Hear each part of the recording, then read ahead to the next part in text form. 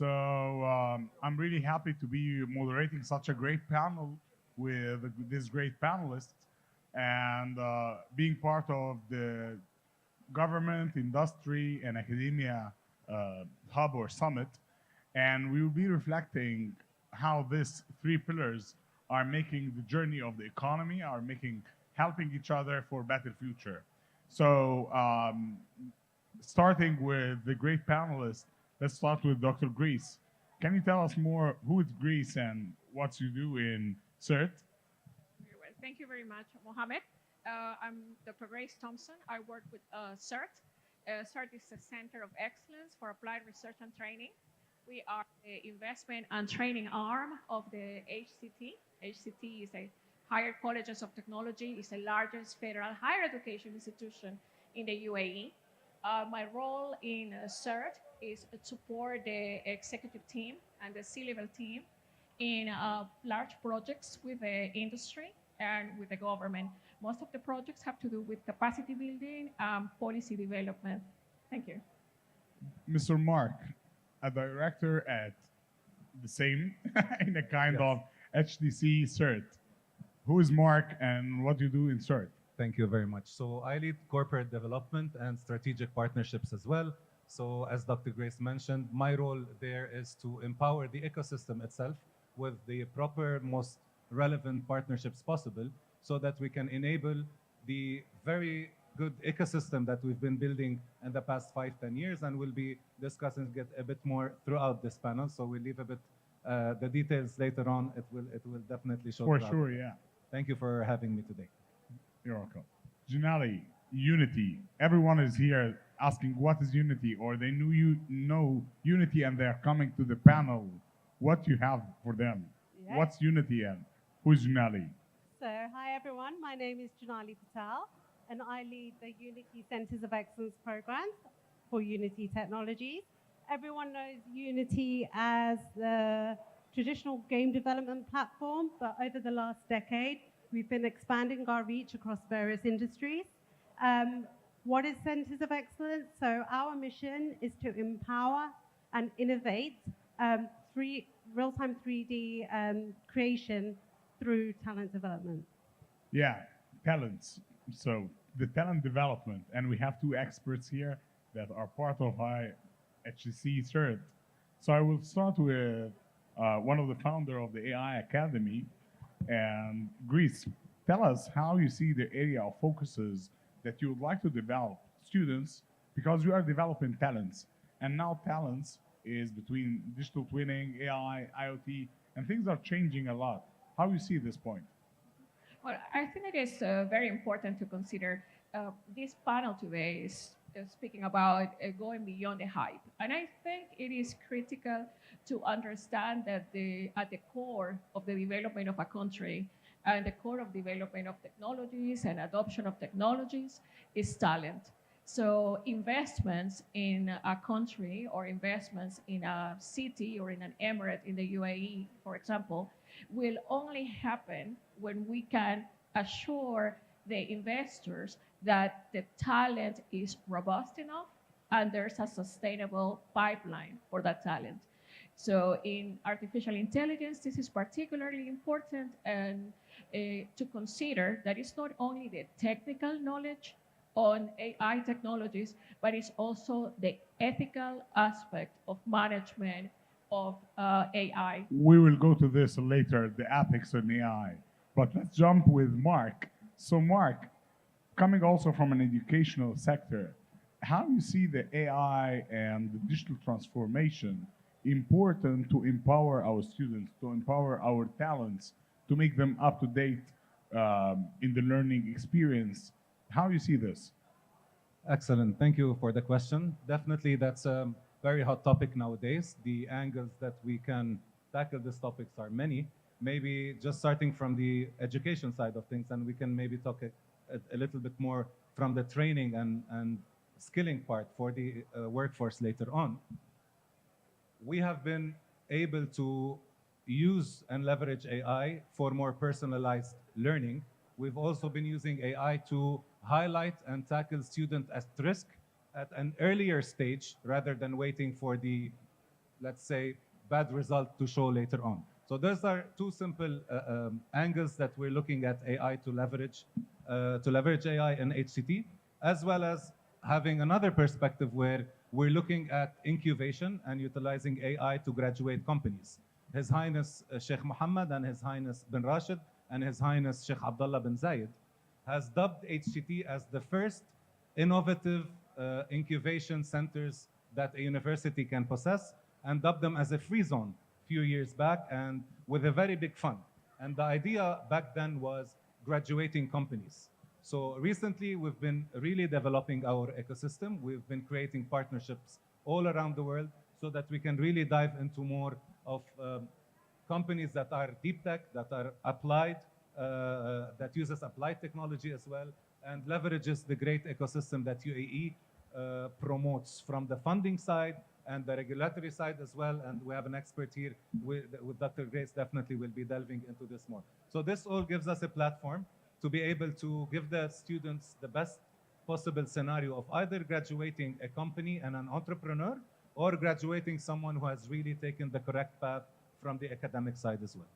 I totally agree that the talents are part of the heart of the future, but also digital twinning and IoT and AI are having a huge role in this next space, and also because of the Middle East and MENA region revamping a lot of digital transformation in the past few years, especially United Arab Emirates. Junali, how do you think the role for you as Unity and how to all this happening in the region can accelerate the economic growth, if it's yes or no? 100%, yes. So in the region, we're seeing a fast transformation when it comes to like smart cities, infrastructure projects. Digital twins, as you know, are digital replications of physical objects and systems. We have AI that boosts analytics and IoT that brings everything together. Now, where Unity really fits into that is where the integration layer, we bring in your 3D data and your 3D models into our engine, and you can build interactions on top of that.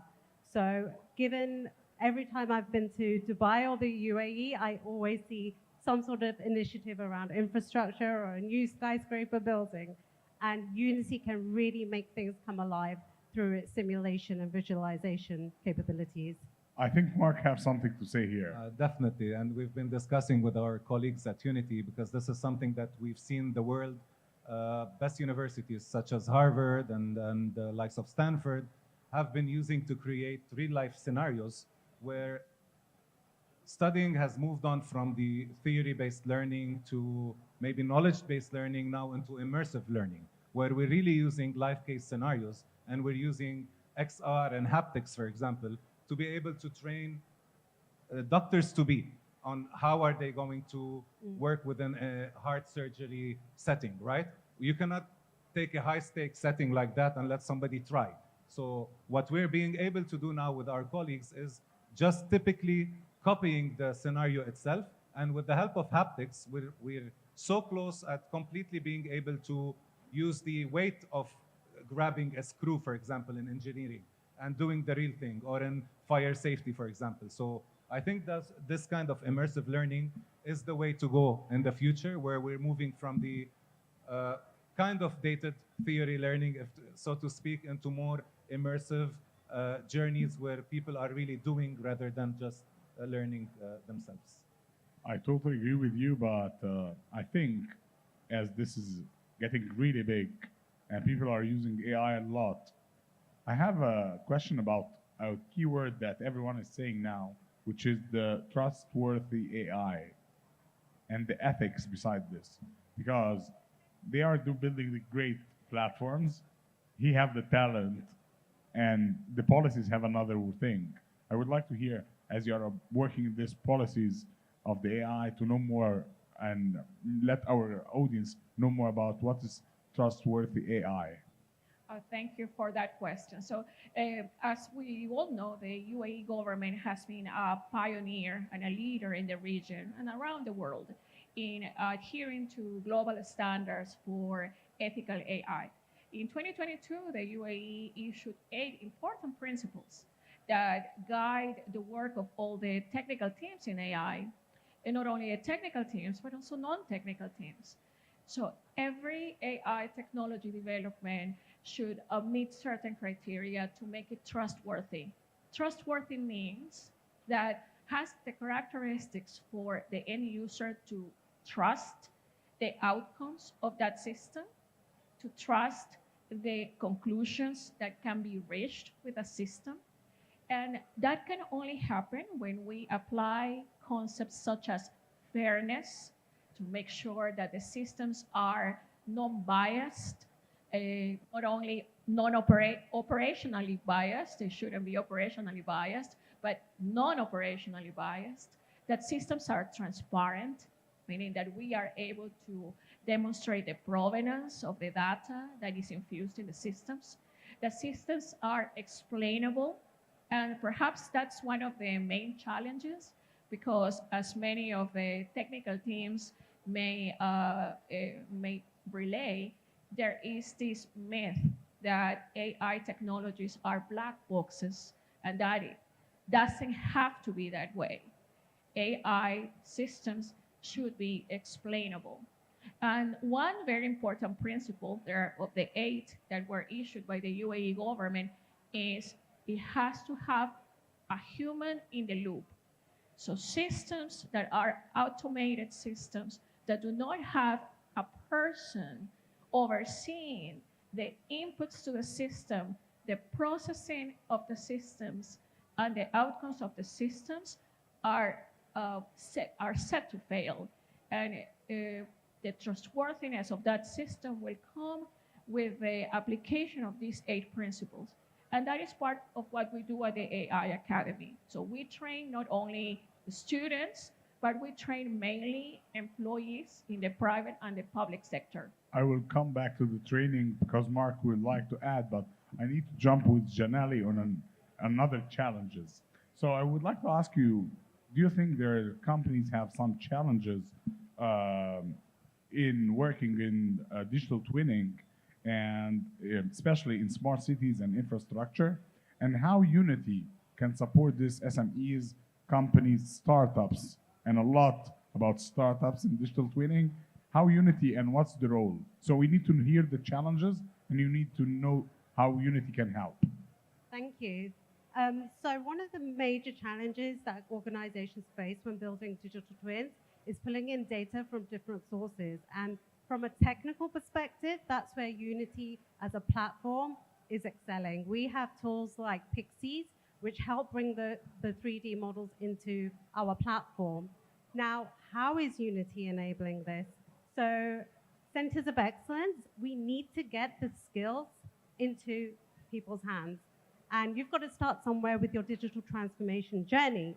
And that's where Unity Centers of Excellence is here to equip you with the skills that you need to build your digital twin.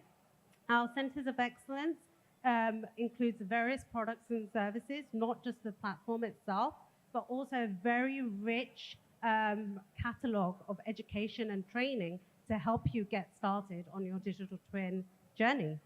I know that there is a case or a center of excellence that you did a great work in. Can you tell us more as an example for audience to know?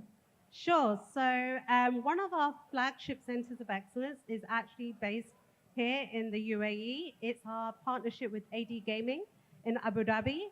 It's a 10-year contract, and our mission is to establish Abu Dhabi as a gaming hub within the UAE. So as part of that partnership, we partnered with AD Gaming to provide various products and services to equip their educators, their students, as well as startup studios with the skills they need to set up their startup studio to go and teach Unity within their education space. And out of this Centers of Excellence, we're going into year 5 of the contract, and we've seen many successes come through from this partnership, including around 80 studios being born, from utilizing and consuming our products and services.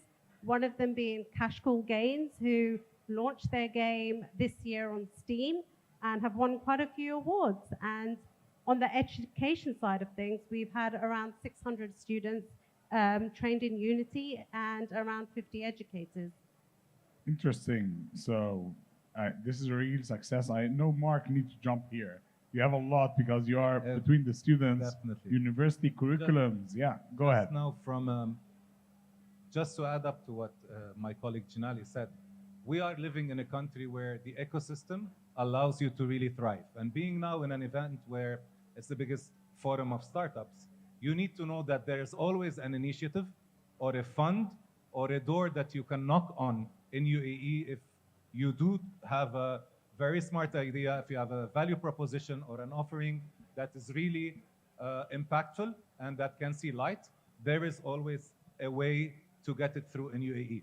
And this is something very important, and we'll be here probably after the session as well. If anyone would like to speak to us, we'd be really glad to discuss this more. But it is important to mention this, that this is one of the best countries in the world now for you to really thrive within the startup ecosystem.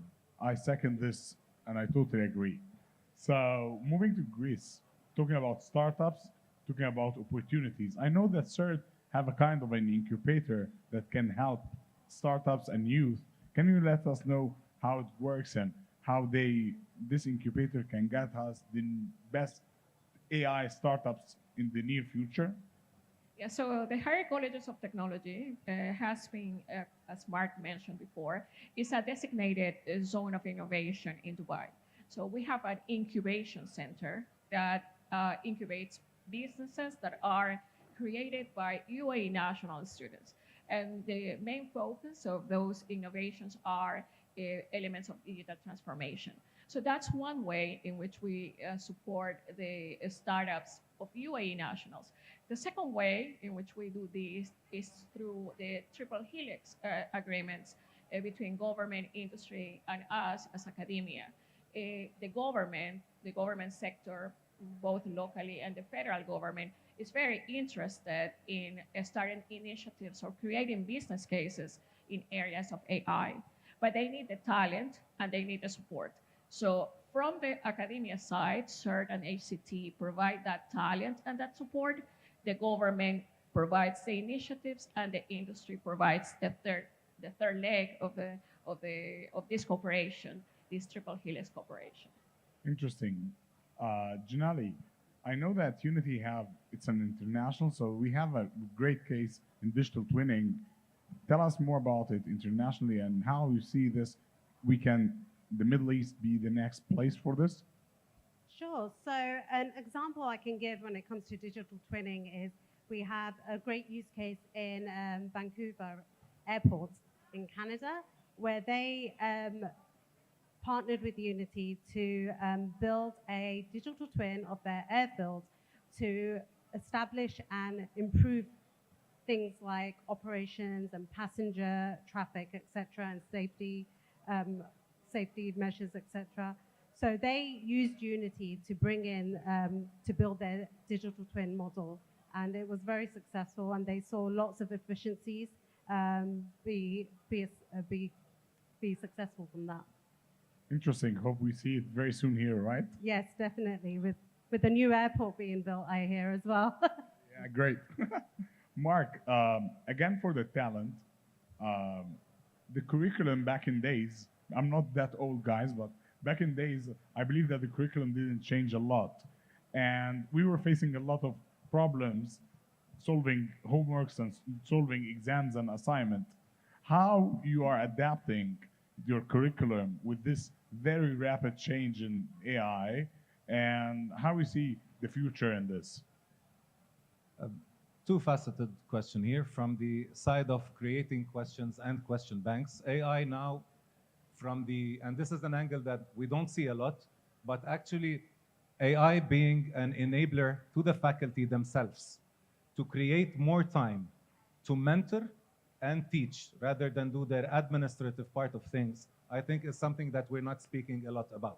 So there's a lot of adoption recently, and many big companies have went towards creating AI-generated question banks, where curriculums are fed into those question bank generator. And we've seen a lot of development into those question banks being able to create fair and credible and really effective questions. Not only on the side of the usual exams, but also on creating nowadays scenario-based exams, which is something that we all would like to skew towards, and we thought that AI is not going to be able to do it soon. So I think that's very important, and we really miss the part of AI enabling faculty and staff so that they kind of use their proportionate time that they are saving into doing more effective things towards this. And smart campuses, by the way, especially talking about IoT and how digital twins can help, tackles this as well, from procurement to HR to real-time data to being able to just empower the organization to be more efficient. And when it's more efficient, it's probably going to trickle down into its ability to invest, to bring in better talent, and to eventually go down to serve the bottom line of producing better candidates, empowering the students that they have in the campus itself. I want to add something Go that ahead. is very important when we are dealing with the education sector. So because we are speaking here with the startups that I'm sure they have ideas about AI-enabled solutions that are for the education sector or for the social sector, I think that it's very important to also recognize the policy landscape away from the region. For example, if you're a startup that plans to do business with European firms, you know that your liability and the need for you to understand regulations, GDPR regulations that protect data, or other regulations that will require you to have additional audits, ex-ante audits and outcome audits, needs to be considered. If you are an organization who is looking to work in the region, you also have to take into account these aspects, because trustworthy innovation is true innovation. So when we are thinking about startups in the AI realm, what is going to make you distinctive, or that startup that you are thinking of investing on distinctive, is that innovation will have the lowest threshold of risk possible, because that risk is an intrinsic risk of that startup if this is not considered. Thank you for this. And I will get back to you about how AI adoption in the Middle East compared to different places, especially in the Middle East, that we're having too much youth. I believe more than 50% of Middle East are youth. Everyone here is youth, but I mean, by definition, under 30 years old. So, like us, yes, our age. So, how you see this adoption and having the big bunch of youth there could change the next 5 years on the Middle East? Well, the UAE has been doing this since 2019 with the creation of the Ministry of AI. They have been consistently every year forming hundreds of UAE nationals in these fundamental skills. There are different initiatives from incubation centers and hackathons. So if there is a place where you can find talent, as Mark and Janali have mentioned, it's the UAE. Abu Dhabi specifically, and Dubai, we operate in Abu Dhabi. We operate in the 7 Emirates, but in Abu Dhabi, there is a very specific agenda to attract investors to the Emirates. And for that, it is just critical that the talent is there, that is robustly formed. Interesting. So having all this opportunity, Janali, and the youth are here, the talents are being well educated, the government is pushing a lot through all its channels to make this happen. How do you see that the AI and IoT industries will be built here, not only adopted technologies, but with sustainable and developing in these ecosystems? Yeah, Yeah, so I think it's very important not just to focus on technology adoption, building an ecosystem around that and the infrastructure to support those technologies to make sure it's not just like for now, it's the long-term growth for the region. Again, going back to centers of excellence, and this is what Unity have been doing over the past few years, is building those talent hubs in different regions, different countries, and empowering people to get skilled in real-time 3D technology, and especially across like digital twin and AI. We have a lot of material available and training available via different modalities, as well as certification pathways, to make sure that not only are individuals trained in Unity, but they're badged so they can go off and spread their wings and go into the big wide world and land jobs, or even create their own apps or their own immersive experiences. So it's really important that it is beyond the hype. It's not just jumping on the bandwagon and, sorry, that's a very British term, jumping on the bandwagon and riding that train, but also building that long-term vision of adoption of the technology. And just from my side, not to discourage startups. If you listen to us, you'd think we're already there. We're far from there, right? We're just at the beginning of this.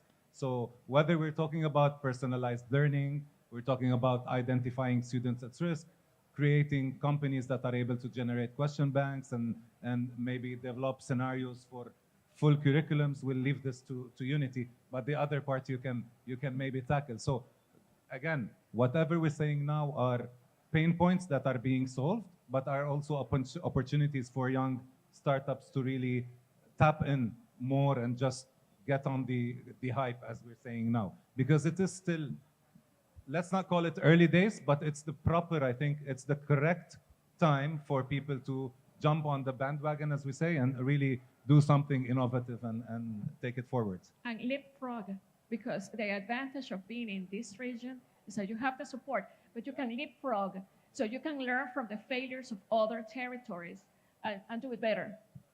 Totally, yes. So Mark, I go back to you with another question. I would like to know the best practices that take place in the college, HTC CERT, regarding how the academia people are effectively collaborating with industry people. I know you have a good government also collaboration to shape these talents. So how did GIA, government, industry, and academia, and you are the academia part, how this triangle is being working together? Please state some best practices. Excellent. So, excellent question. I think everyone would pitch in probably, and that's on a macro level, but it's really of essence. So I think industry, and this is both from the academic side and also from the workforce side, right? Because what we do is we create industry-focused groups where we do have members from the government, and there are many authorities that participates in those groups, and we do have the giants from the private sector, sometimes people who are innovative even from startups or from smaller scale companies, maybe not the likes of just Mubadala, ADQ, or Al-Futaim's of the world. Everybody pitches in within. So you have your engineering focus committee, you have your healthcare focus committee, your business committee, where we sit at least biannually, looking again at questions of curriculum, on how to service the market, on the future of work, on what are the skills that we really need to adapt or empower the young youth with, whether they are still at university studying or they are at the jobs now. So those committees, for example, that's one tool that we do, empowers journeys of training and upskilling for the young local workforce or for the general workforce as a whole. It also impacts what we were speaking about, curriculums, adding real case scenarios. We sometimes are now adding people from the industry and inviting them to give a semester of training, for example, or a few of hours of their time to make sure there's always a liaison between the market needs, and the kind of talent that we are cultivating within our classrooms and our curriculums overall. Yeah, thank you. So, Greece, being also inserted as a founder for the AI Academy there, what's the AI Academy and other initiative that you do to help in bridging the gap, finding startups that bridge the gap of knowledge and skills using AI? Thank you for the question. So at the AI Academy, we work across 5 dimensions, and one of those dimensions is AI startups. But the other dimension that we work on is accelerators within organizations. So we understand, and what Jinali has explained about the Center of Excellence that you do at Unity, organizations that are high-performing organizations will create centers of excellence within their own organizations, bringing employees from different functions, let's say employees from the HR function, employees from the procurement function, employees from the finance function, to identify use cases and accelerate those use cases for the benefit of the entity. So the AI Academy has mentors who do that. So we work with organizations and they identify, let's say, 5, 10 key high-performing employees, and with them we work throughout 6 to 9 months to identify possible use cases, identify the possible return on that initiative, and then this is scaled out to the organization. The second type of accelerator that we work on is government accelerator, which is the most important. And within the government accelerator, if startups are thinking about an idea, I think the most important part is to understand the procurement guidelines of the government. So in Latin America, that's where I am from. I'm from Ecuador originally. There is a high emphasis in GovTech. So these are consortiums or cooperations between governments and startups to help the government solve any issues that they have. And I think the government is doing a lot of things here, especially that they have a strategy for AI, right? And to make the United Arab Emirates the first in the field of AI in various sectors. That's correct. And there's a lot of investment here. Yep. So I need you guys to reflect on this point. Mark? Just generally speaking, I don't know if any of you have went to the PMO, the Prime Minister's Office building. Going there looks like you're entering into a Star Wars movie nowadays. It's an incubator to the right, it's an ideation area to the left. So it's just really a place where you kind of feel that this country, as we've mentioned before, is giving you every single chance to get your idea through, to create the next unicorn, to be the person that is just pitching into the overall strategy of UAE being a leader in the area of AI. And just to add up, so we maximize on your time as well. We, as CERT and HCT, we own an investment company. So if you do think that you have an idea that needs maybe funding, or you have any idea that is aligned with also academia and training and what we've been speaking for, we're also here to also say hello after and just listen to however we can help. That's an added value, right? They have the money, guys, and they have the technology, and you are the talent. I believe we are set now. Going back to the technology company, which is Unity, how you see the MENA region in the coming 4 or 5 years? Specifically, of course, United Arab Emirates, with having all this great academia and talents, Yes. and with the support of the government and the investment in these technologies specifically. How do you see the role of Unity in the next 5 years? Yes, for Unity, this is a major region for us to expand in. I think our centers of excellence has shown what's come out and the success that lies in this region. So definitely over the next coming years, we're going to see more and more studios, more and more startups, more and more educators skilled in Unity and building real-time 3D technology. So yeah, it's a thriving place to be when it comes to these technologies. Really looking forward to see the reshaping that will happen the next 5 years. So before the time is running too much, I would like to give a 1 minute for everyone to give an advice for our great talents. Who would like to have the 1 minute? This is the takeaway message for this great youth, plus the money. I'm insisting on the money, but you have a 1 minute. So who would like to start? I can start. I Go will ahead. reiterate the advice that I gave before. If you are a startup who is looking for something different and innovative, always think trustworthy innovation. If it is trustworthy innovation, governments will want to do business with you, organizations will want to invest on you because you are less risk or are prone to less risk. And this is the best place to be, the UAE, because there are several initiatives that will foster that innovation. There is a hungry pipeline of UAE nationals who are looking to be part of your organizations. Thank you. Just to reiterate, our talk today had a lot of optimism, but we also still lack a lot of those systems and platforms being really developed. So if you think you have the idea, we really would like to discuss with you. We want you to push forward with solving pain points and with just continually improving whatever we've been talking about now. And we're hoping we can either assist or that you'll find the platform in UAE and the ecosystem where you can just present your idea, thrive, and hopefully become the next unicorn. So good luck. Janali's message. Okay, so mine is a bit of from a personal experience as well. Tap into and leverage your connections when it comes to these technologies. Because if I was in university and when I was studying and I had access to such programs, I have a multimedia technology and a computer science background, and I did nothing technical with it. So really tap into your networks and whatever you feel like every idea is a great idea. And one thing that we believe at Unity is best ideas win and creators are the future. So please tap into your network and yeah. So tap in your network. Thank you guys for your time, and I would like to thank the great panelists for your time. Thank you. Thank you, everyone. Thank you.